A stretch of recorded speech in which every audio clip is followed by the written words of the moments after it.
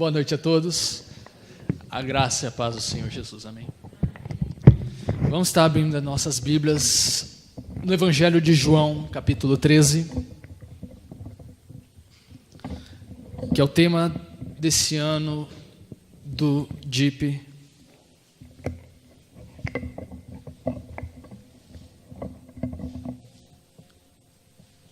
Evangelho de João, capítulo 13. Nós vamos estar fazendo uma leitura dos versos 31 a 35.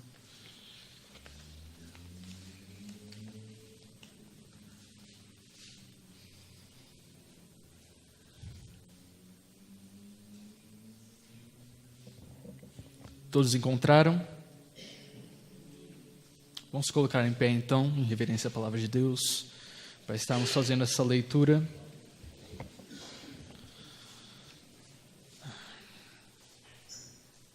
João 13, a partir do verso 31, diz assim a palavra de Deus. Tendo ele, pois, saído, disse Jesus: agora é glorificado o Filho do Homem, e Deus é glorificado nele. Se Deus é glorificado nele, também Deus o glorificará em si mesmo, e logo o há de glorificar. Filhinhos, ainda por um pouco estou convosco, vós me buscareis, mas, como tenho dito aos judeus, para onde eu vou, não podereis vós ir. Eu vou-lo digo também agora. Um novo mandamento vos dou, que vos ameis uns aos outros, como eu vos amei a vós, que também vós uns aos outros os ameis. E o versículo-chave dessa noite: nisto todos conhecerão que sois meus discípulos, se vos amardes uns aos outros. Vamos estar fazendo uma oração.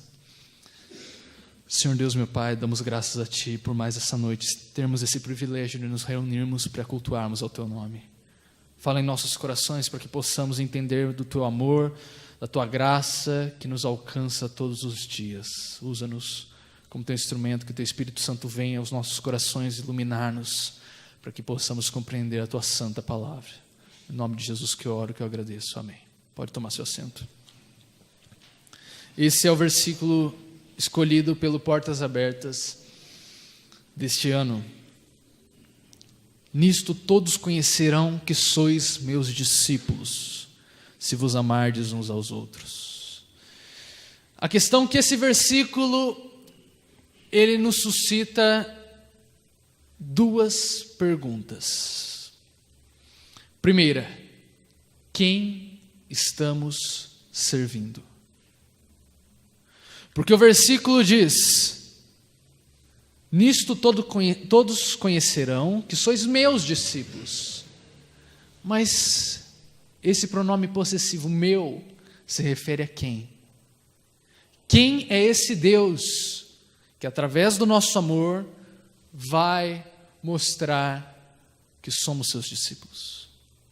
E a segunda pergunta que nos vem também é: qual é o nosso propósito como igreja? Então, eu gostaria de estar trabalhando sobre esses dois pontos nesta noite. Primeiro, quem estamos servindo? Hoje nós estamos vivendo uma crise que poderíamos classificar como pandêmica. Está lastrado isso de um evento que eu posso chamar de um Deus à la carte, ou um Deus self-service. E vocês vão entender o porquê disso. O que seria o conceito Deus à la carte? À la carte é quando significa no cardápio. Quando nós vamos num restaurante, nós escolhemos um prato. E hoje Deus ele se tornou meramente um prato, onde nós escolhemos como montar o nosso Deus. Nós escolhemos como gostaríamos que Ele se parecesse. Qual a melhor forma que Ele existiria para que suprisse as nossas necessidades. Então nós vimos e selecionamos características e montamos um Deus a nossa imagem e a nossa semelhança. Se em Gênesis fala que Deus criou o homem à sua imagem e semelhança, hoje nós estamos criando um Deus à nossa imagem e à nossa semelhança, conforme nós gostaríamos que ele fosse. E esse é um problema gigantesco. Estamos deixando Deus absoluto, estamos criando um Deus pagão, um Deus humano, fraco, e que, ao invés de nós servirmos a Ele, Ele existe para nós, para nos servir, para satisfazer as nossas necessidades. E não é assim que funciona. A questão é que hoje se tornou tão chulo o conceito de espiritualidade que tem até em meios ateísticos, ateus espirituais. Parece uma contradição de termos, mas há ateus que têm a sua espiritualidade, fazem meditações, orações, mas não acreditam em nenhum Deus pessoal. E nós devemos entender a distinção entre conhecimento de Deus e conhecimento sobre Deus. Dizer que nós sabemos que existe um Deus e que você adora um Deus, pode até chamar ele de Jesus, mas não saber sobre ele, a maneira que ele se revela, especialmente e essencialmente na Bíblia, é uma tolice. É algo paradoxal, é algo que não consegue se sustentar. Eu dizer que eu sei, eu sirvo um Deus, eu tenho uma espiritualidade, mas eu não conhecer como ele se revela, tanto na natureza quanto nas Escrituras, na melhor das hipóteses, somos meros ignorantes. E esse é um problema. Se trocou o conhecer pelo sentir, se trocou a palavra pelo achismo, se trocou o Deus absoluto por um Deus humano, fraco. J.I. Packer diz que quando um homem conhece a Deus, as perdas e as cruzes deixam de ter importância e o que ele ganhou simplesmente afasta-lhe da mente essas coisas.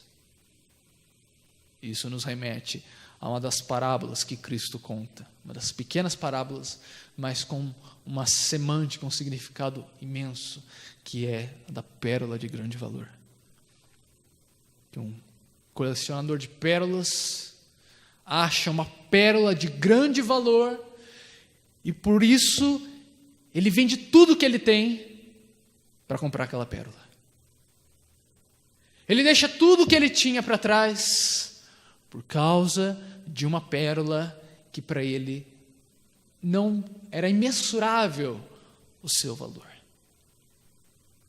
Assim deve ser Cristo a nós. A partir do momento em que nós conhecemos verdadeiramente a Cristo, muitas das coisas que hoje nos é importante e primordial deixará de ter esse nível de importância em nossas vidas. Mas só a partir do momento em que nós conhecermos verdadeiramente a Cristo e não artifícios humanos. A África, nós tivemos o contato com o Coral Atoto ano passado e tivemos a oportunidade de estarmos conversando um pouco com eles. E na África tem tido o mesmo problema que nós temos aqui na América do Sul. O problema de um evangelho diluído, um evangelho fácil, um evangelho sem cruz, um evangelho sem negue-se a si mesmo e toma a tua cruz. Porque funciona. É pragmático, até certo ponto.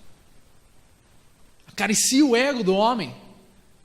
Porque a partir do momento em que você fala do Evangelho, que tem como pressuposto que o homem é mau por natureza, inato, que não pode fazer o bem, não pode fazer nada para se justificar perante Deus, isso já cai o conceito. E já quebra o nosso orgulho. E o nosso orgulho, ele é muito inflado. Mas a partir do momento em que nós conhecemos a Cristo, o Espírito Santo de Deus vem e nos confronta com uma realidade diferente, com uma realidade totalmente distinta daquilo que nós estávamos acostumados. A questão é que muitas perguntas existenciais hoje têm sido respondidas de forma errônea. Muitas perguntas que apenas a Bíblia nos traz a resposta e qualquer outro meio é vão de ser, tenta responder de forma vã. Elas ainda estão pertinentes a nós, desde o princípio de que a humanidade é a humanidade. Perguntas como: para que fomos feitos? Qual o alvo devemos estabelecer para nós na nossa vida? O que é a vida eterna dada por Jesus? Qual é a melhor coisa na vida que traz alegria, prazer e contentamento acima de todas as outras? E para todas essas perguntas existe uma resposta, que é conhecer a Deus.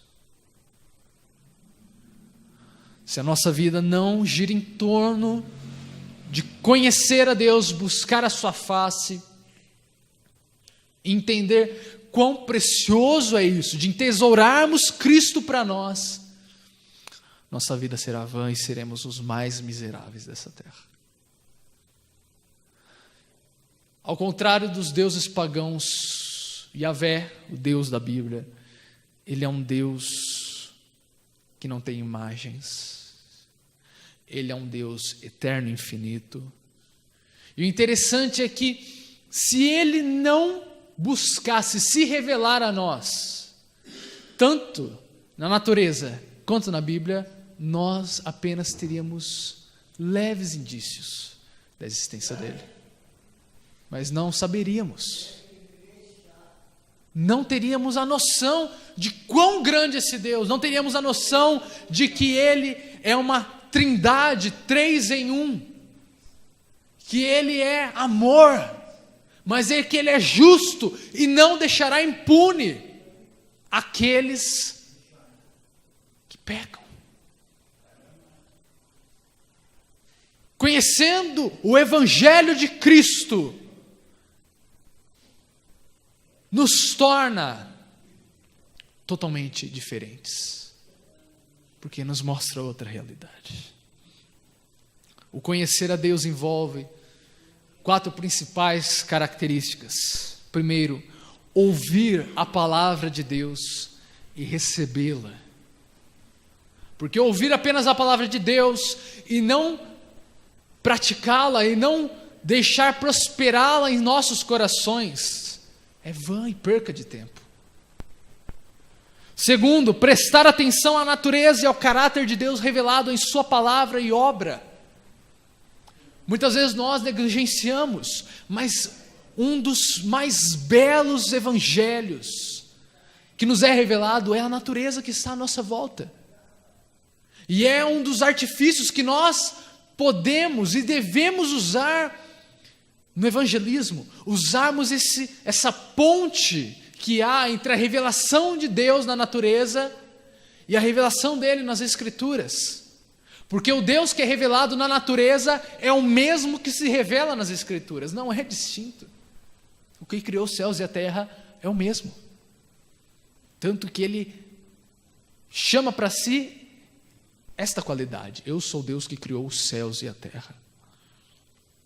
Terceiro, aceitar o seu convite e obedecer às suas ordens. A partir do momento em que nós conhecemos a Deus, não mais as leis da nossa carne devem nos reger, mas devemos ser regidos pelas leis de Deus. E só conhecemos as leis de Deus através do seu santo evangelho. E por último, reconhecer o amor demonstrado por Deus e alegrarmos-nos nele. Se Deus quis, na eternidade, criar um povo para se revelar a Ele,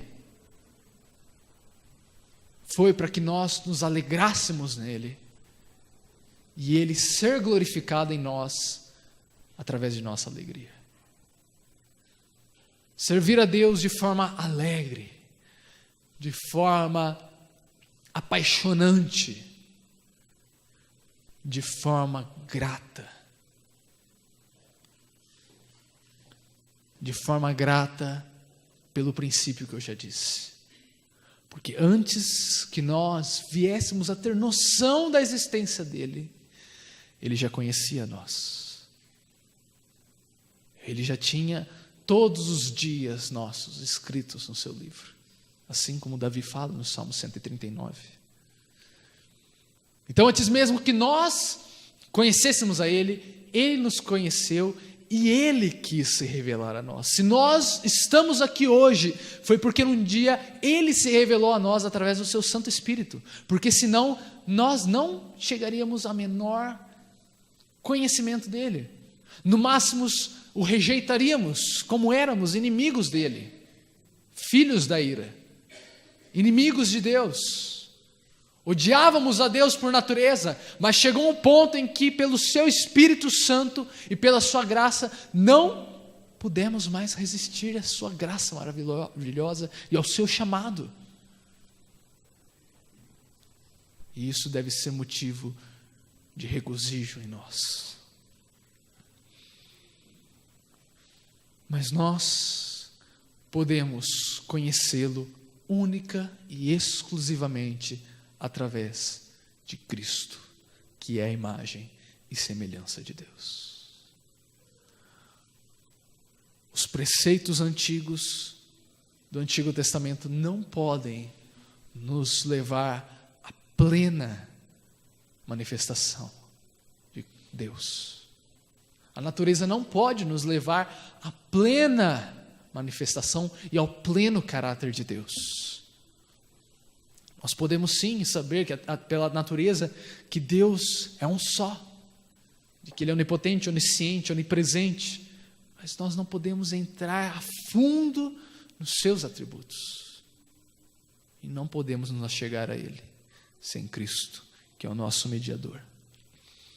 E esse conhecimento de Cristo, um conhecimento mútuo em que nós o conhecemos e Ele conhece a nós, é um conhecimento cuidadoso. Assim como a relação de marido e mulher que foi instituída por Deus, já para refletir o relacionamento de Deus com sua igreja, como Ele cuida da sua igreja, como Ele guarda a sua igreja e preserva ela até o fim. Porque entendamos, se dependesse de nós sustentarmos a fé que nos foi dada, hoje nenhum de nós estaríamos aqui. Nenhum de nós estaríamos servindo a Deus se dependesse de nós mantermos essa fé e essa graça que nos foi imputada. Mas é Ele que nos sustenta. Ele que do início ao fim mantém em nós essa fé salvífica, para que não venhamos a esmorecer. Em João 10, nos versos 14, 27 e 28, Jesus diz: eu sou o bom pastor e conheço as minhas ovelhas, e das minhas sou conhecido.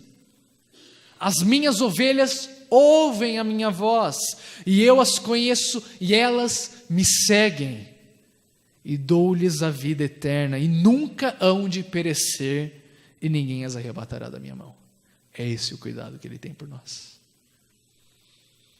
Mas a questão é que se somos ovelhas de Cristo, porque se somos ovelhas de Cristo, nós ouvimos a sua voz e o seguimos. Nós não ouvimos voz de outros pastores, que na verdade são salteadores e ladrões, mas ouvimos a voz do único pastor, Cristo.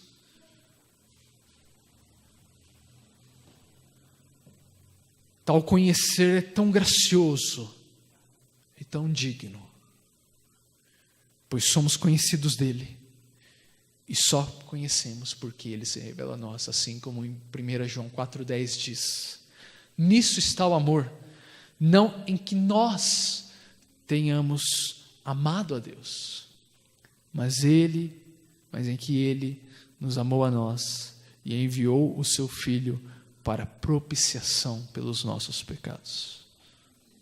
Propiciação. Cristo, ele fez algo que nunca nós poderíamos fazer, que é nos propiciar de volta a Deus, deixar Deus propício a nós novamente, tirar este imenso, infinito vale que nos separava de Deus. Através dessa propiciação, Cristo satisfaz a justiça de Deus, uma justiça que nunca nós poderíamos satisfazer, porque somos pecadores. E a partir do momento que nós temos ciência disso, um temor de Deus deve permear os nossos corações.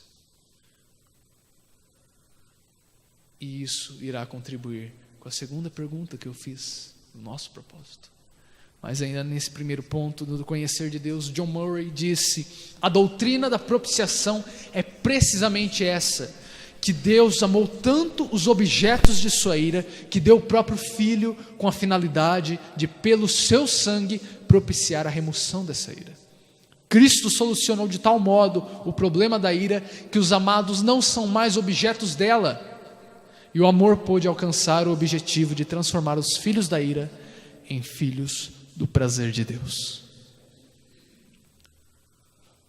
Estávamos jogados longe e perdidos, mas o bom pastor veio e nos resgatou, nos propiciou e nos justificou. E a partir desse momento cabe a nós conhecermos a Ele, buscarmos, assim como eu disse o exemplo de marido e mulher, assim como o marido e a mulher procuram se conhecer cada vez mais para ter intimidade, assim devemos ser nós, conhecermos cada vez mais a Deus e a Cristo, para crescermos em intimidade com Ele e o querer dEle ser o nosso querer. Cantamos isso, que o nosso coração seja moldado ao coração dEle. E através disso sermos discipulados por Cristo. Passarmos por uma escola que durará toda a nossa vida, onde Cristo nos ensinará e tirará todos os nossos vícios carnais, mostrará que todas as nossas leis, todos os nossos preceitos, todos os nossos achismos estão contrários à sua vontade,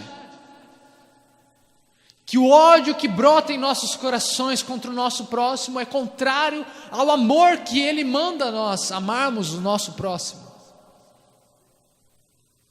que o egoísmo e o orgulho que brota em nossos corações deve ser suprimido e sufocado pelo exemplo de Cristo, que se esvaziou a si mesmo e se entregou e morreu com morte de servo, uma morte maldita.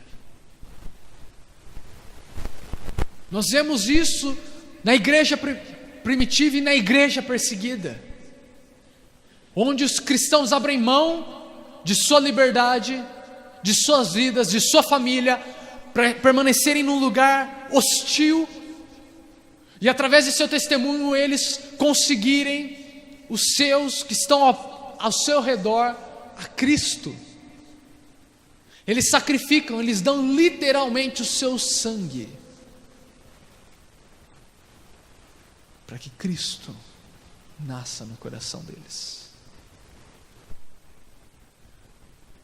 E como eu disse, o Deus que muitas vezes é montado, é criado por nós, é muito distinto, muito longe, está muito longe de ser o Deus da Bíblia. O Deus por quem muitos durante a história inteira da igreja deram suas vidas. o Deus que ainda hoje atua e converte os corações. Mas cabe a nós mostrarmos esse Deus, a esse Deus de imenso valor,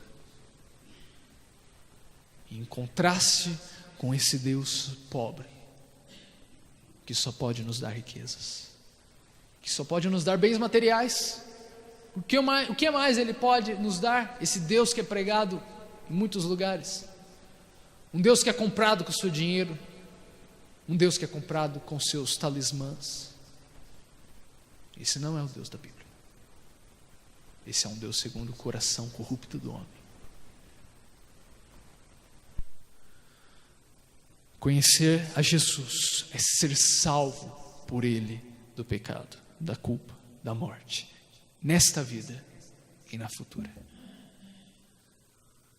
Se dissermos que conhecemos a Ele e não somos parecidos com Ele, mentimos. Se dissermos que conhecemos a Ele e ainda andamos em pecado, mentimos. Porque se somos justificados, o pecado não mais domina nossas carnes. Não que nós venhamos a ser santos e puros nessa vida, ainda temos a natureza pecaminosa em nós, mas nosso foco, nosso alvo é a santidade, é sermos distintos, sermos parecidos com Cristo, e a cada dia mais menos parecidos com esse mundo. O conhecer de Deus tem pelo menos 4 efeitos, surte 4 efeitos em nós. Primeiro, os que conhecem a Deus são capacitados com grande força por meio dele. Nós vemos isso em Daniel 11:32, que diz: e aos violadores da aliança ele com lisonjas perverterá, mas o povo que conhece ao seu Deus se tornará forte e fará proezas. A partir do momento em que conhecemos a Deus, uma ousadia e uma capacitação do alto nos vem, para que possamos pregar o Evangelho sem temor, sem medo, sem vergonha. Assim é o significado da palavra Paráclitos, que Cristo descreve o Espírito Santo, e que nós vimos na escola bíblica de hoje, de um testemunho em que muçulmanos falam que a Bíblia fala de Maomé, e é nesse ponto eles falam que o Paráclitos seria Maomé, e não o Espírito Santo. Maomé seria o enviado de Deus, o Consolador, e nós sabemos que isso não é verdade. Mas o Paráclitos, além do significado de Consolador, ele significa com forte, com força.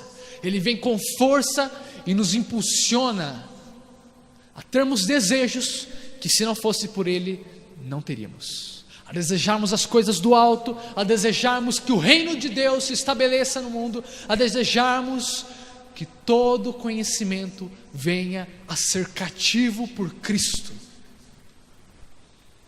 Esse é o efeito de conhecer a Deus. Parker ainda diz que os homens que conhecem seu Deus são, antes de tudo, homens de oração, e o primeiro ponto em que seu zelo e sua força para a glória de Deus são expressos é nas orações. Além de sermos ousados em evangelismo, somos ousados em orações. Se nós vermos os maiores avivamentos de toda a história, os homens mais usados por Deus que nós temos registro, foram homens de orações, foram homens de joelho no chão, foram homens que engravidaram desse avivamento, que persistiram orando a Deus para que Ele enviasse um renovo, porque sabiam que de nós nada poderia. E um dos problemas nossos hoje é isso, oração. E digo por mim, Se nós vemos John Wesley, Jonathan Edwards, que passavam 5 horas orando, que no lugar dos seus quartos onde eles oravam, havia marcas de suor e desgaste nos pisos, de tão usado que ficava, de tão frequente eles permaneciam naquele lugar. Hoje nós não conseguimos orar 2 minutos, e já perdemos o foco, já caímos no sono. Estamos falando com Deus, não estamos falando com qualquer um. O que falta muito em nossos corações hoje é temor a Deus, temor à sua santa palavra, temor de que nós estamos lidando hoje num culto, estamos cultuando um ser que é totalmente transcendente a nós, que nós não podemos comparar a nada. Um Deus santo, um Deus que, quando o profeta Isaías se vê de frente dele, ele pensa que vai morrer, ele entra em desespero, ele profere um aio contra ele. Quem é o Deus que nós estamos servindo hoje? Um Deus que tem sido substituído por cultos pragmáticos, por festas que apenas se acrescenta gospel na frente e se torna, se passa pelo crivo. Um Deus que é substituído a sua santa palavra por coisas tão fúteis. Que Deus nós temos servido.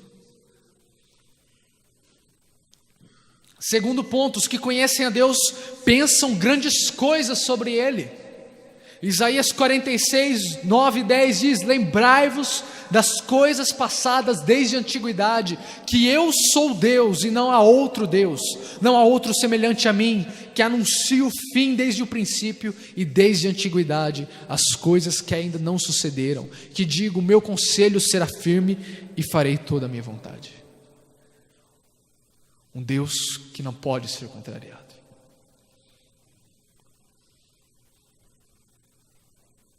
Será que entendemos quão grande é o nosso Deus? Quão poderoso Ele é? Se olharmos nas profecias do Antigo Testamento, nos Salmos principalmente, nós vemos as descrições que Deus, através dos autores inspirados, dá do futuro. E nós temos uma pequena porcentagem de como Ele é grande e Senhor da história. A história é a história de Deus, Ele é o Deus da história, e esse é o foco do livro de Apocalipse. Para uma igreja que estava sendo perseguida, para uma igreja que estava sendo morta pelo Evangelho de Cristo, Ele diz: eu sou o Alfa e o Ômega. Ele estava no controle até mesmo das perseguições. Um Deus que até o mal que vem dele é o nosso bem.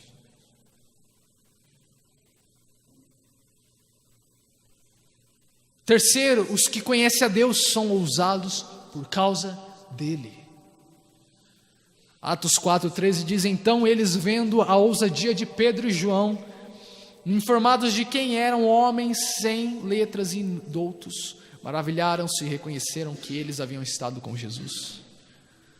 Pedro e João, 2 pescadores. Se você ler os versículos anteriores a esse, no capítulo 4 de Atos, você vê o testemunho que eles dão. O melhor teólogo da terra produzido até hoje não consegue reproduzir uma pregação, um testemunho tão fidedigno e tão ousado, tão forte. Mas isso não vinha deles, vinha porque eles estiveram com Cristo. Não era inato a eles, mas foi um dom de Deus. A questão é que nós vemos isso hoje. A igreja não morreu, a igreja não foi suprimida pelas portas do inferno. Nós vemos isso hoje, principalmente na igreja perseguida, na China, com seus mais de 170 milhões de cristãos, mesmo ainda tendo um governo fechado. pessoas ousadas, pessoas que pregam o Evangelho. Mas elas pagam preço. Nós falamos isso de manhã. O preço a ser pago de se viver o Evangelho, de fazer a diferença, de sermos radicais. E eu citarei novamente, o número de cristãos martirizados nos primeiros 250 anos é menor do que nos últimos 50 anos. Muitos têm sido mortos, muito mais do que na época do Coliseu, na época do Império de Roma. E isso é indício de que Cristo está voltando, a volta de Cristo. Estamos preparados para essa volta? Estamos preparados para darmos testemunho da nossa fé, não importando as consequências? Porque se você veio até aqui hoje com uma promessa de que se você cresce em Cristo, você teria uma vida boa. Não que Ele não tenha, mas isso não foi promessa de Deus. A promessa é que seríamos perseguidos. Assim como Cristo foi odiado pelo mundo, seríamos odiados também. E se pela graça de Deus recebemos o seu favor em bens, não é para nós, mas sim para sustento da sua igreja. E por último, os que conhecem a Deus têm grande alegria nele. Salmo 16:11 diz: far-me-ás ver a vereda da vida, na tua presença fartura de alegria, e a tua mão direita há delícias perpetuamente. Estamos nos deliciando em Cristo. Estamos dizendo, assim como o salmista disse: a quem tenho eu no céu além de ti? E a quem eu ame mais na terra além de ti? Nos regozijamos em Deus. A questão de conhecer a Deus é uma questão de envolvimento pessoal que abrange a mente, a vontade e os sentimentos. Sim, os sentimentos. Amar a Deus, temer a Deus, confiar em Deus. John Piper diz que Deus é mais glorificado em nós quando estamos mais satisfeitos nele. A pergunta é: estamos satisfeitos em Deus? Estamos satisfeitos com o que Ele tem nos dado? Estamos satisfeitos com a relação que nós temos com Deus hoje, como igreja? E eu digo igreja com um I maiúsculo, e não se limitando a essa denominação. Estamos satisfeitos em Cristo? E por amor a Ele podemos deixar todas as coisas pela pérola de grande valor?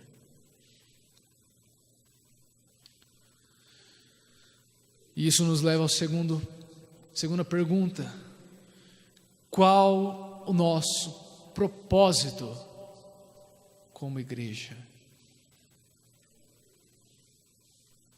Em primeiro lugar, não fomos chamados para sentirmos êxtase. Não fomos chamados para isso. Não fomos chamados para nos sentirmos bem, eufóricos, arrepios, que músicas e palavras de autoajuda podem nos proporcionar, mas que da porta para fora acabou-se. E o temor de Deus não está em nossos corações. Não fomos chamados para fazer novas amizades aqui na igreja. A igreja não é um clube social. A igreja não é um lugar de trocarmos figurinhas. Não é um lugar de nós comentarmos as últimas notícias. Mas é um lugar de nos reunirmos para cultuarmos a Deus. E por último, e muitos não vão entender a princípio, não fomos chamados, nosso propósito não é evangelizar. Como assim, Lucas? E a grande comissão, ide por todo mundo. Esse é o nosso chamado. Mas o nosso propósito não é esse. O nosso objetivo é que Deus seja glorificado em nossas vidas. Lembremos do resumo da lei que Cristo faz em Mateus 22:37. Primeiro mandamento: amarás o teu Deus de todo o teu coração, de toda a tua mente, de toda a tua alma, com todas as tuas forças. Ele cita o Shema Israel. O Senhor é o único Deus, de Deuteronômio 6. E segundo, amarás o teu próximo como a ti mesmo. Para que Deus seja glorificado em nós. Somos vasos de barro com preciosidades, joias raras em nós, o Evangelho e o Espírito Santo de Deus. João Batista diz em João 3,30 que é necessário que ele cresça e eu diminua. Que nós venhamos a diminuir cada vez mais e Cristo venha crescer em nós. A imagem de Cristo venha se refletir em nós cada dia mais. Para que Ele seja glorificado em nós. Uma das questões que se tem que ser lidado é estabelecermos o que é pecado. Muitas vezes nós ficamos em dúvida de se tal prática é pecaminosa ou não.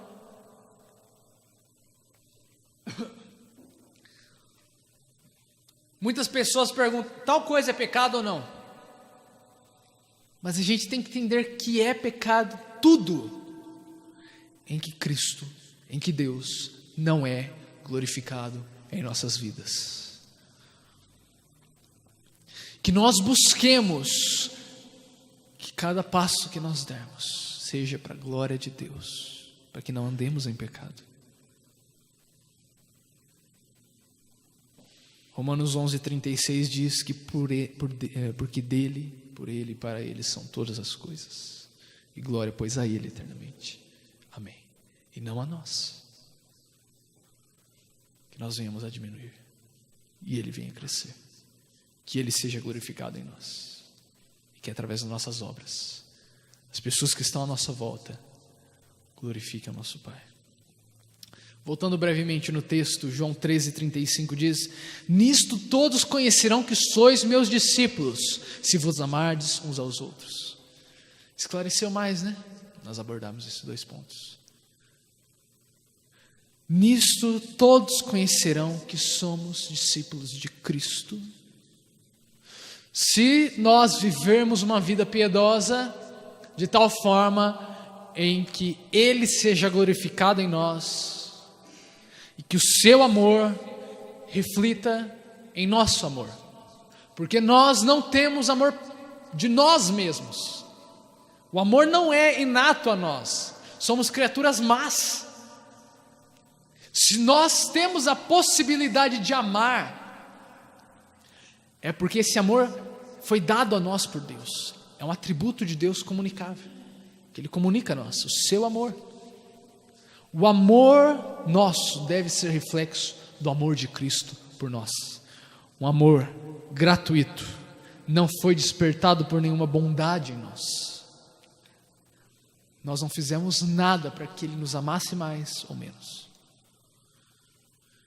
Um amor eterno, para que junto com a escolha dos pecadores para a salvação, feita pelo Pai antes da fundação do mundo.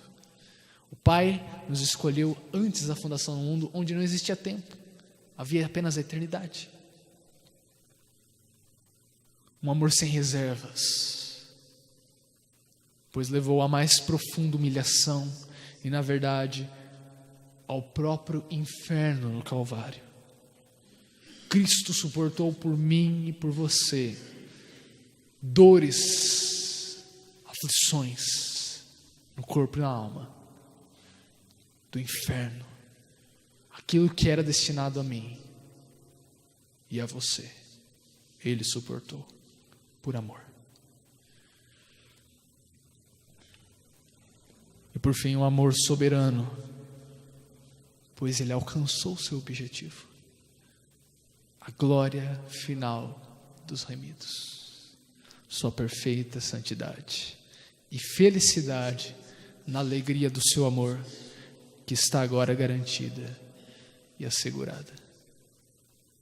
Assim como aquela corrente de ouro que Paulo traça em Romanos 8, que aos que predestinou a esses também chamou, e aos que chamou também justificou, e aos que justificou a esses também glorificou.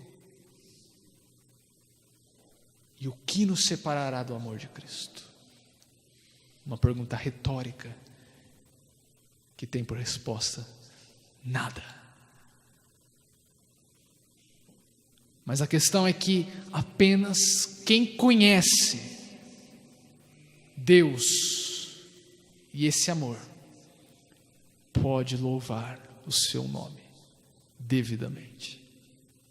Apenas quem conhece o amor de Cristo e o seu doador pode devidamente, como Ele nos manda, amá-lo e glorificá-lo. Que nessa noite nós venhamos a fazer um autoexame. Se fosse nós naquela situação, nessas situações de uma falta de liberdade, como seria o nosso posicionamento? Até que ponto nosso amor por Cristo nos leva? Até que consequência? Isso é muito difícil, mas é necessário nós fazermos um autoexame. Estamos num tempo em que necessitamos acordar, em que necessitamos dar um basta, fazermos frente a este evangelho do inimigo, nascido no coração de Satanás, no inferno, que tem levado muitas almas a serem perdidas, porque acham que conhecem Deus, mas o Deus que eles conhecem não é Deus verdadeiro. E no juízo final, infelizmente, eles ouvirão: apartai-vos de mim, malditos, porque não vos conheço. Esse foi o propósito desse meu segundo livro, O Deus Absoluto. Não há nenhuma verdade nova nesse livro, nenhuma descoberta, nenhuma revelação que Deus me deu. São verdades antigas, milenares, mas que foram esquecidas por nós. Verdades que muitos deram sua vida, muitos morreram por causa desse livro. O livro mais sangrento da história é a Bíblia, porque muitos, milhões e milhões, morreram para ter acesso a esse livro. Nós que temos esse privilégio hoje de termos ele, que venhamos a reconhecer esse presente de Deus a nós e a entesourar ele em nossos corações. Vamos orar ao Senhor. Senhor Deus, meu Pai, pedimos perdão a Ti, porque o Senhor nos agraciou com tantas bênçãos e muitas vezes somos negligentes e ingratos a Ti. Muitas vezes nós nos estabelecemos em nosso comodismo e muitas vezes nós criamos uma imagem falsa de Ti, um ídolo em nosso coração, um Deus que não é o Senhor. Nos perdoe, Senhor, porque muitas vezes nós não fazemos aquilo que devemos e aquilo que está ao nosso alcance. Pedimos Tua misericórdia, Teu Espírito Santo, para que nos reavive, nos transforme, nos renove, Renove a fé em nossos corações para que não venhamos a esmorecer, mas que venhamos a ser ousados, usados pela Tua palavra, buscando a Tua glória em nosso ser, mediante conhecer a Ti a cada dia mais. Que esse seja o nosso propósito por toda a vida, conhecer a Ti, Senhor Deus, para que no céu nós venhamos desfrutar e sentir os deleites eternos que há na Tua presença. Em nome de Jesus que eu oro, que eu agradeço. Amém.